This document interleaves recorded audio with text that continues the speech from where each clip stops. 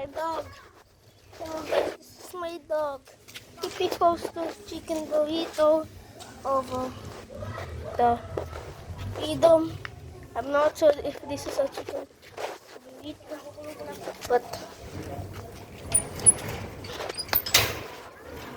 never mind. Okay, so yeah. Goodbye.